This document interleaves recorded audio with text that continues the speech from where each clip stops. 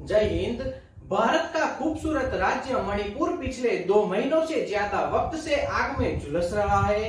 देश के गृह मंत्री मणिपुर का दौरा 1 महीने तक दंगा भड़कने के बाद करते हैं।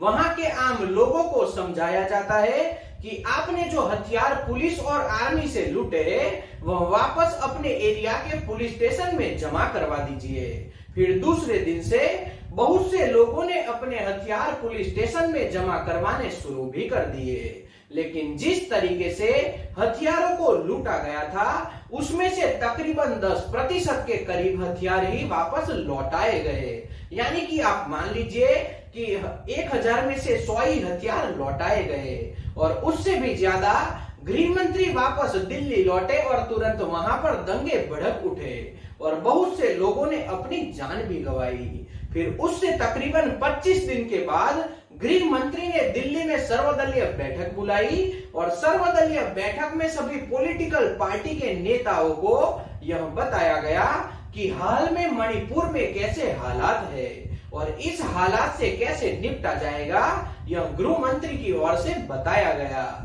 लेकिन मणिपुर जैसे खूबसूरत राज्य को बचाने के लिए राष्ट्रपति शासन लगाया जाएगा या नहीं, इस विषय में सर्वदलीय बैठक में कोई भी बात गृह मंत्री की ओर से नहीं बताई गई। जब भारत विश्व में अपना डंका बजा रहा है, हमारे माननीय प्रधानमंत्री को सर्वोच्च सम्मान से अलग अलग देशों में नवाजा जाता है और यह भारत के लिए खूब गर्वान्वित करने वाली बात भी हम मानते हैं। लेकिन जिस तरीके से मणिपुर में AK-47 जैसे हथियारों का 10 से 12 वर्ष के बच्चे उपयोग कर रहे हैं, उसे देखते हुए आने वाले दिनों में मणिपुर में जो 2 समुदाय के बीच में झगड़े दिखाई देते हैं वह आतंकवादी गतिविधियों में बदल सकते हैं, ऐसा भी आप मान सकते हो। गुजरात समाचार के एक रिपोर्ट के अनुसार स्पष्ट बताया है कि मणिपुर में मैतेई और कुकी समुदाय के बीच जिस तरीके से आग झुलस रही है उसमें अब तक 100 से ज्यादा लोगों ने अपनी जान गंवाई है।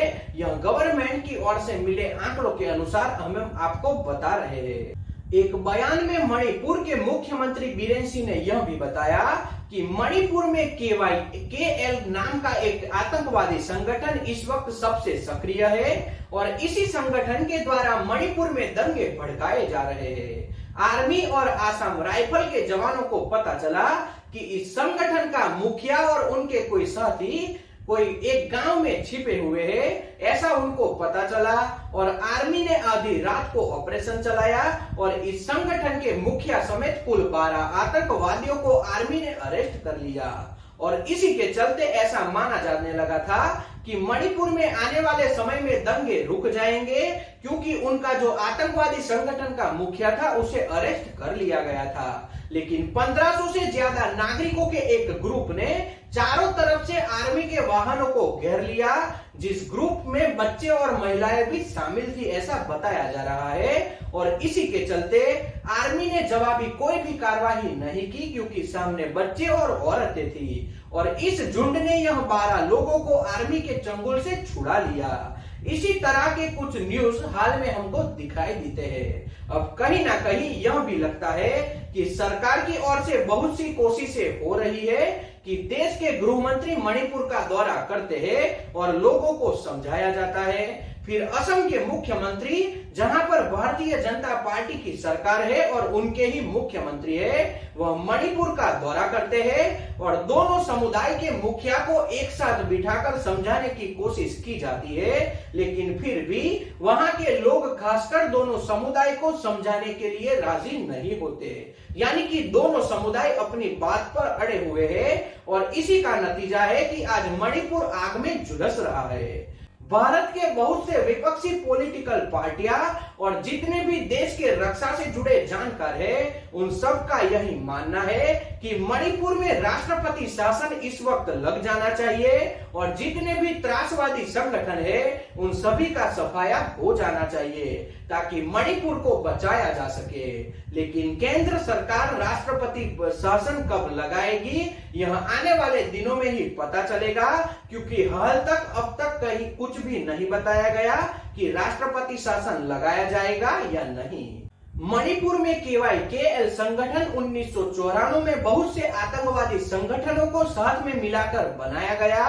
उनका मुख्य उद्देश्य मणिपुर को भारत से अलग करना था, लेकिन मणिपुर की बड़ी आबादी मैतेई इस समुदाय को अब तक साथ नहीं देती थी। मणिपुर में जब भी भारतीय जनता पार्टी की सरकार बनी, तब से यही माना जाता था कि यह संगठन अब समाप्त हो चुका है, यानी कि इसका खात्मा हो गया है। लेकिन जिस तरह से मणिपुर में जो दंगे भड़क उठे, उसके साथ साथ ही यह संगठन भी मजबूत होता गया और वापस जल्दी से सक्रिय हो गया। यानी कि जो मणिपुर का अलग अलग इलाके हैं, वहां सभी जगह पर यह आतंकवादी संगठन सक्रिय हो गया। जब कुकी समुदाय की ओर से मैतेई समुदाय के ऊपर हमले शुरू हुए, तब अपनी रक्षा को ध्यान में रखते हुए मैतेई समुदाय ने इस संगठन का साथ देना शुरू किया और कहीं ना कहीं इस संगठन की बदौलत आज मणिपुर में दोनों समुदाय के बीच में बहुत से ज्यादा दंगे दिखाई देते हैं। यानी कि जो दंगे भड़के, इसमें कहीं ना कहीं इस संगठन दिखाई देता है। मैतेई समुदाय जिसकी आबादी मणिपुर में 70% से ज्यादा है और कुकी समुदाय जिसकी आबादी 30% के करीब है, इन दोनों समुदाय में अलग अलग तरीके की मांगे हैं और अपने समुदाय को बचाने के लिए उनकी बहुत सी शर्तें हैं और उनकी सब मांगे और शर्तें नहीं मानी जाने के कारण इस समुदाय आतंकवादी संगठन के साथ जुड़कर दंगे भड़का रहा है, ऐसा भी आप मान सकते हो। और दूसरे समुदाय म्यांमार से आए हथियारों का उपयोग कर दंगे भड़का रहे हैं। यानी कि एक और जो आतंकवादी संगठन है और दूसरी ओर म्यांमार से आए हथियारों का उपयोग हो रहा है। लेकिन एक बात साफ है कि अगर 10 से 12 साल के बच्चों को AK-47 जैसे हथियार मुहैया करवाए जाए, तो आने वाले दिनों के लिए बहुत मुश्किल दिखाई देगी, क्योंकि इतने छोटे बच्चों के हाथ में जब हथियार आते हैं, इनको नुकसान कितना होगा वह मालूम नहीं होता।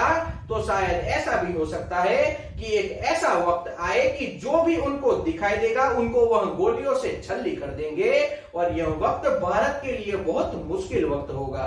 तो इन सब को देखते हुए भारत की सरकार को कुछ अच्छा निर्णय लेना चाहिए और खासकर दोनों समुदाय के बीच में जो दरार है, जो लकीर खींच गई है, उसे भरने की कोशिश सरकार की ओर से होनी चाहिए।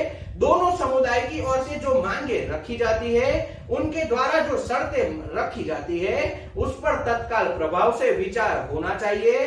उनको सुरक्षा का वादा देना चाहिए और उनको सुरक्षित महसूस करवाना चाहिए, ताकि हो सके उतना जल्दी से दंगों को रोका जा सके और भारत का एक खूबसूरत राज्य मणिपुर को बचाया जा सके। यह हमारी ओर से कहना है। तो आज के विश्लेषण में इतना ही। अगर यह वीडियो आपको पसंद आया हो तो वीडियो को लाइक और शेयर करिए, चैनल को सब्सक्राइब कर लीजिए और घंटी के बटन को दबाना न भूले, ताकि आने वाले वीडियो का नोटिफिकेशन आपको तुरंत मिल सके। तो आज का विश्लेषण यहीं तक। जय हिंद।